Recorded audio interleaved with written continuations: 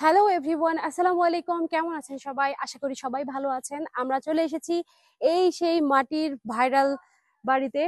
তো দুঃখের বিষয়, আমরা অনেক দূর থেকে কষ্ট করে আসলাম, কিন্তু এখানে পুরোপুরি বন্ধ করে দিয়েছে। আমরা ভিতরে ঢুকতে পারছি না। আমরা ভাবছিলাম যে আসলে আমরা ভিতরে ঢুকতে পারবো, এত দূর থেকে জার্নি করে এই গরমের মধ্যে চলে আসছি সবাই মিলে বাইক ট্যুরে। তো এই যে সেই ভাইরাল মাটির বাড়িটাতে তো এসে খুবই খারাপ লাগতেছে যে আমরা ভিতরে ঢুকতে পারলাম না। আর বাড়িটা দেখেন, এত সুন্দর কারুকাজ, কি আর বলবো। মনেই হচ্ছে না যে এটা আসলে মাটির বাড়ি। আর এটা হচ্ছে স্থাপিত হয় 1823 সালে, অনেক অনেক, তাই না? দ্রুত, কিন্তু উপরে যাইতে পারলে আরো ভালো লাগতো। এত দূর জার্নিটা আমাদের সার্থক হইতো।